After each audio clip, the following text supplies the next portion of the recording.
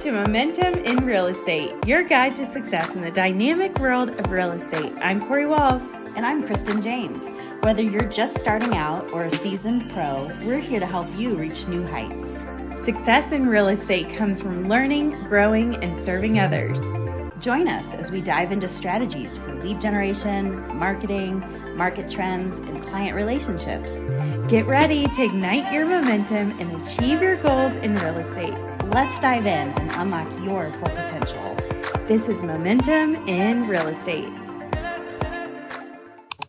Get ready for a fun conversation with our next guest, Cherryl Weaver, a real estate guru with a creative flair and a heart of gold. Since 2002, she's been weaving dreams into reality for clients across some of LA's hottest neighborhoods, from Eagle Rock to West Hollywood and beyond. With her empathetic approach and insightful guidance, she's not just a real estate consultant, she's a trusted ally on her client's journey to finding the perfect home. Alongside her dedicated team, she's committed to delivering service that goes above and beyond, ensuring that every client's expectations are not just met, but exceeded. Welcome to the show, Cheryl. Hi, welcome. Thank you. Thank you, Cheryl. We are so excited. So one of our first questions that we love to ask is, tell us your real estate story. Like, how'd you get into it? Just share with us where you came from. Well, first of all, the most important part for me is that I'm a Los Angeles native. I have been born and raised in Los Angeles. I have seen the fabric of housing and the things that have changed this city over decades. And now, unfortunately, I have lots of history of decades. So that gives me an interesting perspective that a lot of people in LA don't have, because Los Angeles is a bunch of transplants, mostly people coming from other places, coming here, pursuing their dream, whatever that might be. So having that fabric and that background is important to me, and to be able to bring that to my clients. I spent 20 years originally in the video industry, in the entertainment industry. And on 9/11, in the video industry, I was on a plane every 6 weeks. So after 9/11, I said, not so much fun being on a plane anymore. I better find something closer to home to sell. It just so happened that my next door neighbor was a real estate lawyer. And so she said, hey, I can help you become the best real estate agent in the area, and I will train you as a real estate lawyer, which was different than a lot of my other colleagues, because I now looked at every deal and every transaction as though it was a possible lawsuit waiting to happen. So I got very good training. And along with that, I found that what I brought to the table, more so than others, was I'm very approachable. People have a tendency to trust me very quickly. I befriend my clients, and we become more like buddies and pals, where I'm a trusted advisor versus other agents that are, come in, do the deal, and leave. I made a commitment to my clients from the beginning that I am your real estate agent for life. Whether you like it or not, I'm in your life. You're stuck with You're stuck with me. And a lot of them appreciated that, and they still do. I'm still in contact with the very first client I ever had up until the latest one. And that's kind of my journey and my story. There's a lot of twists and turns along the way, but that's how I got here. And I absolutely love helping people achieve that American dream of homeownership, and in whatever form or fashion they want it to be. So. Oh, that's great. That's so awesome. Well, I'm curious, Cheryl, of your kind of brokerage history. Have you been with the same brokerage since you got your license? Have you hopped around? Just give us a little overview of that. I am a RE/MAX loyalist. Now, it may not always be the same franchise, but I've always been with RE/MAX. I was very lucky to start with the largest RE/MAX brokerage in Los Angeles. They were called, I'm going to call a lot of things, but mainly they were at the end called RE/MAX Marquee Partners. They had 14 offices all across and had over 800 agents, etc. Great brokerage, loved it. I loved cutting my teeth there. Our office was actually in the Directors Guild building. So we had all of the entertainment people coming to our office, or by our office at one time or another. Unfortunately, that particular franchise went bankrupt and forced me to move to my next Remax, which was Remax Tri-City, which was over, our office was in Los Feliz, and I stayed with them for about 12 years. And then about 4 years ago, a good friend of mine who is a real estate agent was having some personal problems with a lot of death in their life. And I said, well, I can help out. I'm going to step in. We're going to partner together. And that way I could help her do her deals, still do my own deals. But I had to move to her brokerage, which is now Remax Empower in Burbank. So we've been very successful in doing deals together, doing deals apart, et cetera. She's been in the industry for 35 years. And now I've been in the industry for what, 22 years. So it's a Wow. good partnership. Yeah. Yeah. So together you have just quite a bit of history and experience that you can bring to your clients. That's awesome. A lot of experience. Yes. Playing So good cop, bad cop is not a bad idea either. So. As needed. So, Cheryl, tell us a little bit about what your approach is working with different types of clients, like homeowners, heirs or executors, selling their probate, investors, first-time home buyers. What does that look like for you? Well, they all start exactly the same way.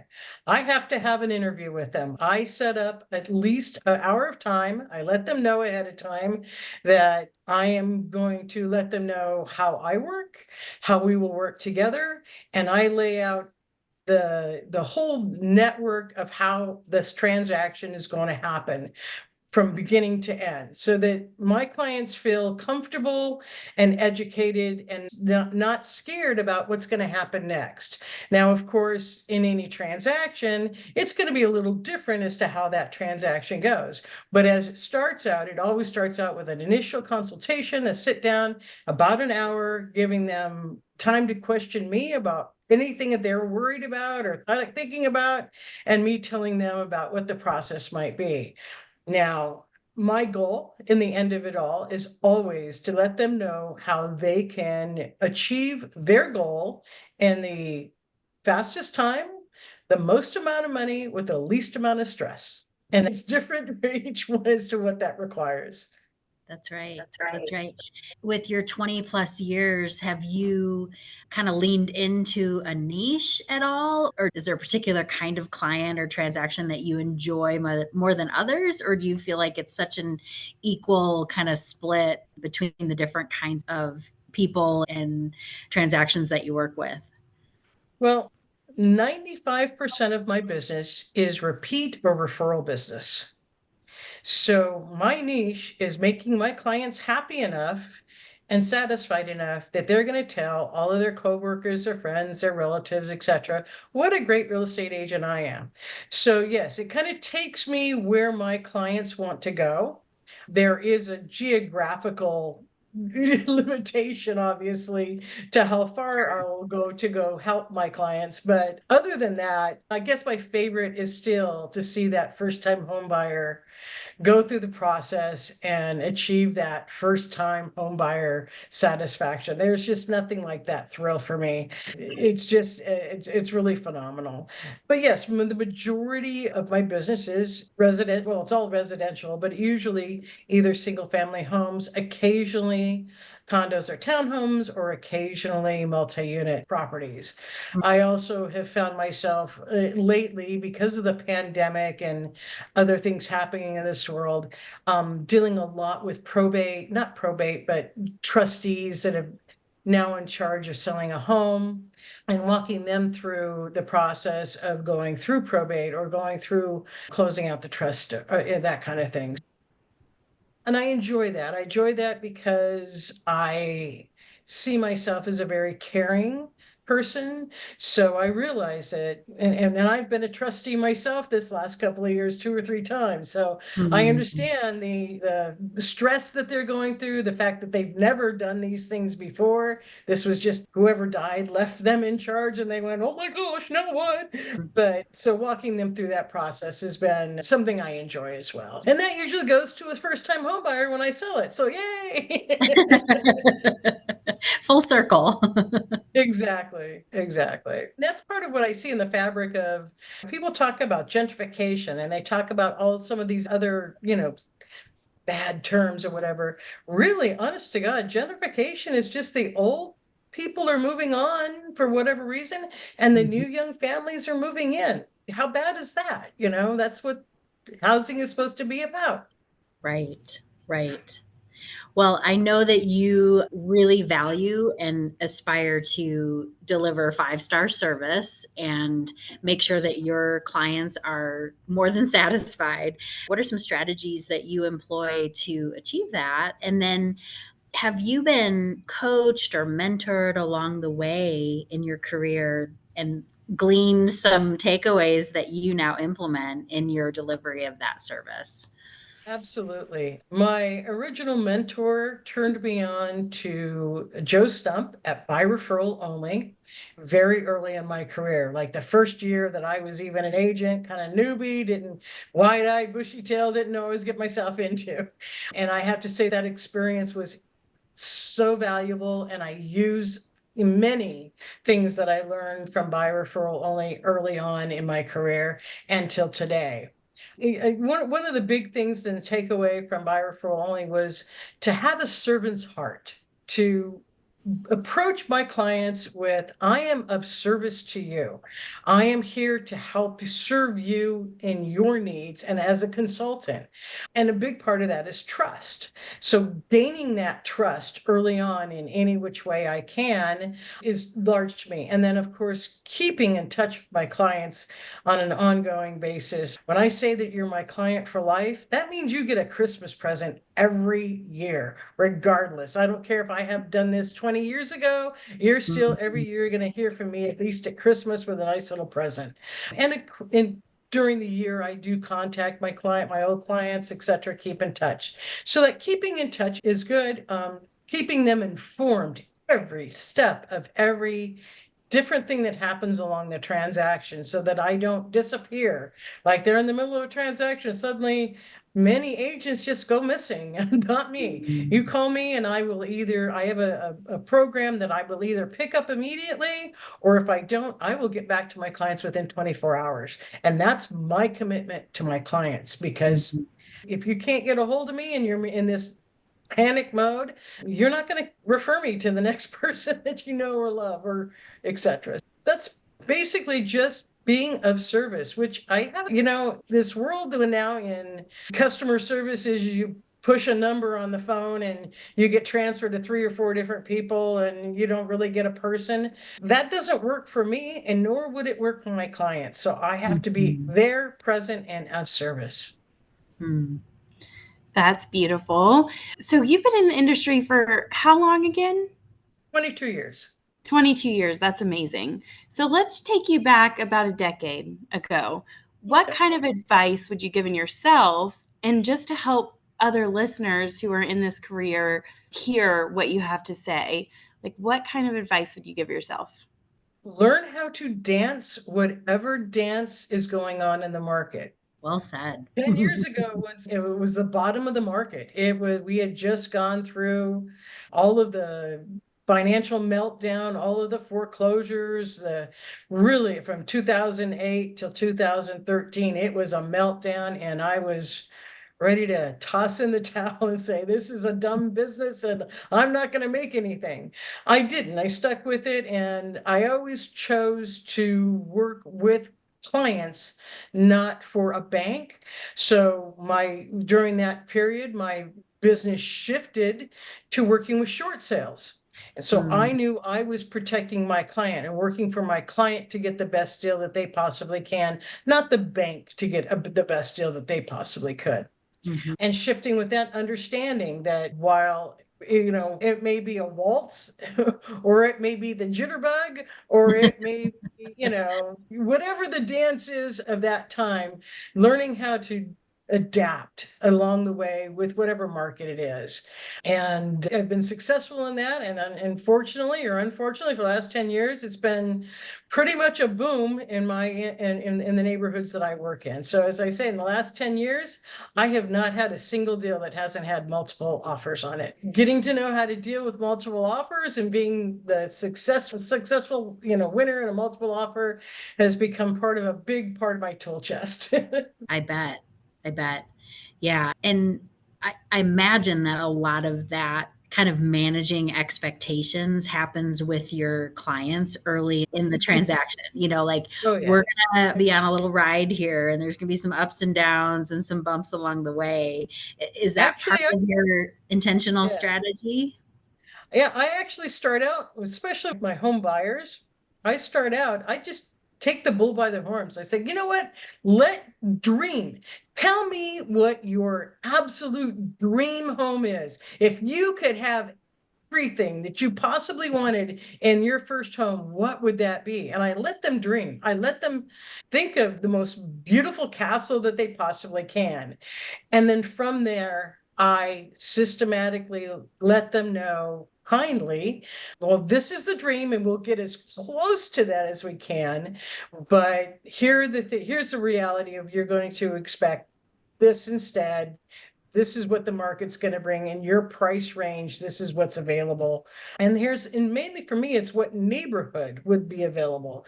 I mean, I can get based on their price range, I can find what they want, but it may be an hour and a half to 2 hour commute from their work, which is not possible for them or not really a realistic. And I said, if you want a shorter commute, here are the expectations of what you'll have to compromise on. So, in fact, I'm going through that with my nephew right now. I think I want this and this and this. And I'm like, well, here's your expectations. You might be in a condo.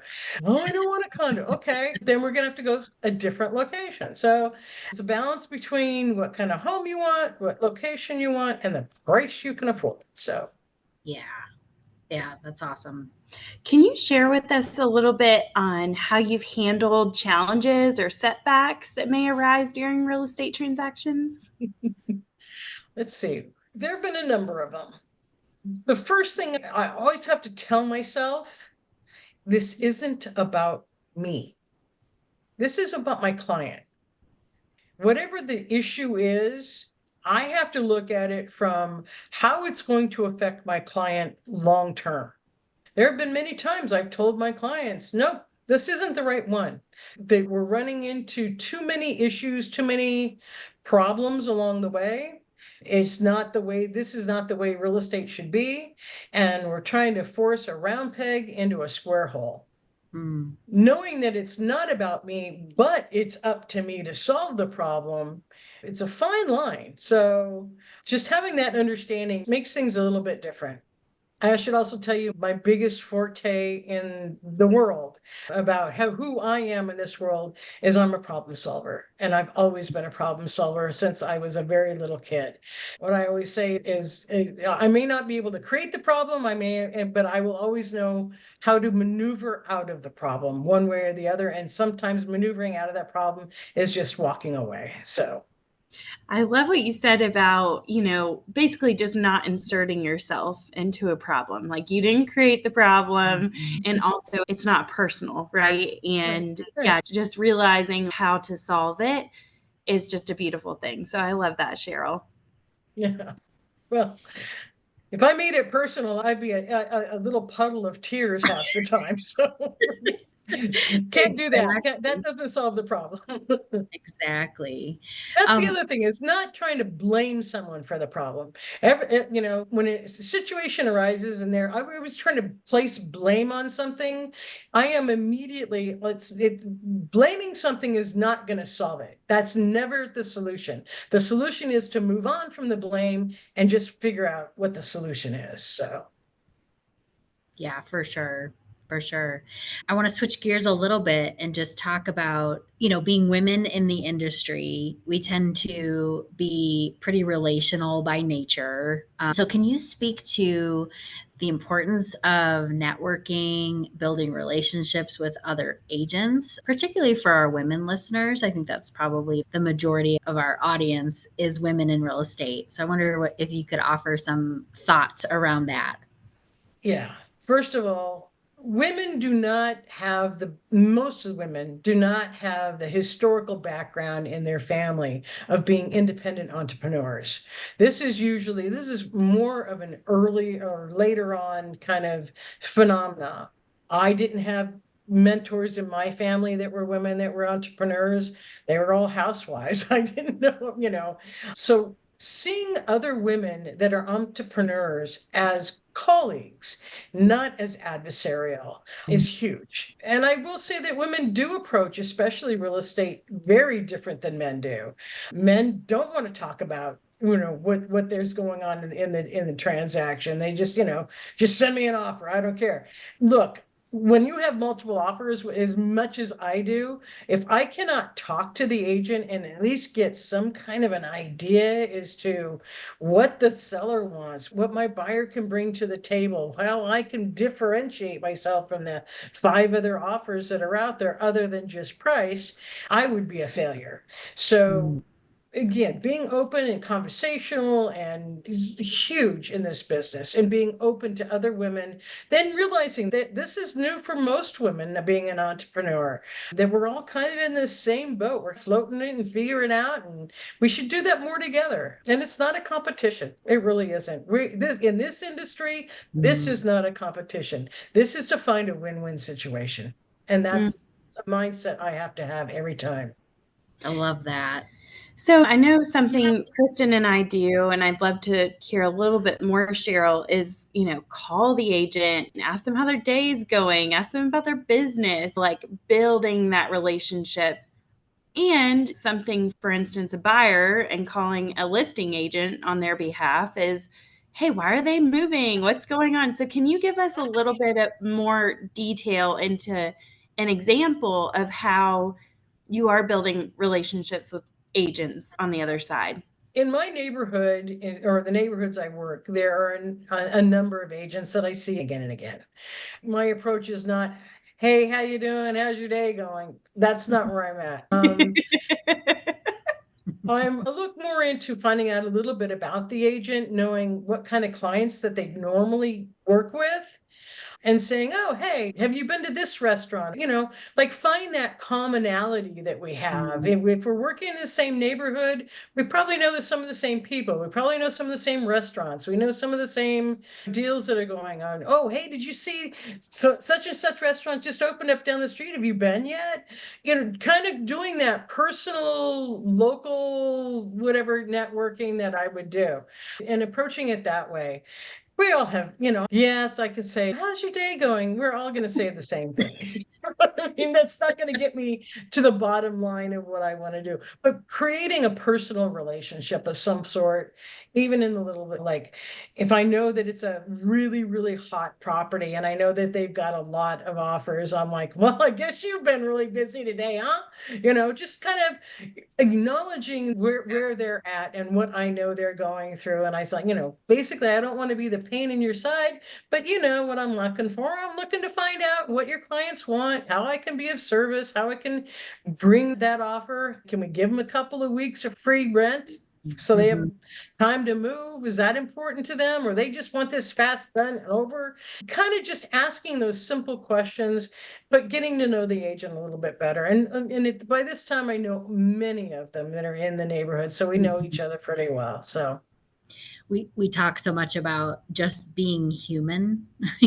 Sometimes we get into this like weird headspace, and it's like, this is just another human. So be yourself, be kind, ask questions, be curious about other people, and you'd be amazed at how easy it is then to build a relationship, even just for the purpose of that transaction. Doesn't mean you're going to be best friends, but you establish some rapport and just a way of being human with each other. So yeah, I've obviously worked with a number of high profile agents, some that have been on $1 million listings and that kind of thing, and they're very famous that way. I've also worked with some very famous clients, and realizing that, hey, we all put our pants on the same way, one leg at a time, and treating everybody as though they're equal is super important. You can get intimidated, especially when I'm talking to somebody who's been on TV a million times. But that was one of my previous managers was one of those $1 million listing agents. I knew him and his wife pretty well on a personal level. And I'm like, they're just people like everybody else, amazing. No matter what airs they put on about how great they are, they're just still people.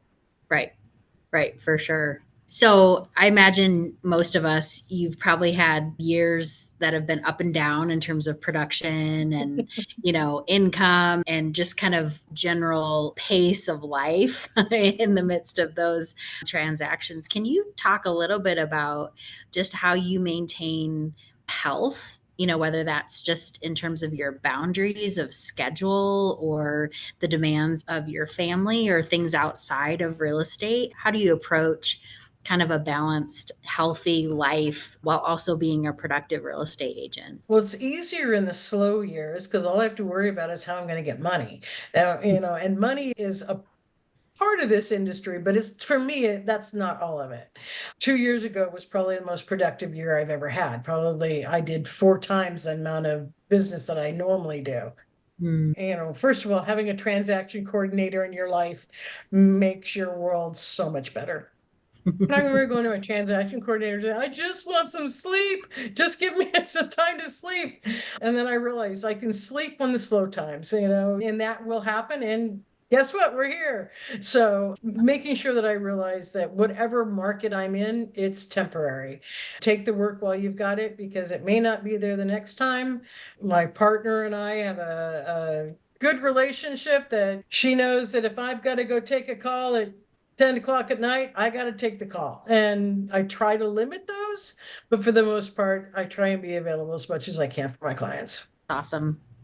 Okay, so looking ahead, Cheryl, on your goals and aspirations for your career in real estate, tell us a little bit about what that looks like and how you want your career to improve or how you'd like to just continue in this business. Well, I am getting of an age that it's time to start thinking about a retirement plan, which for real estate agents is not something we normally think about.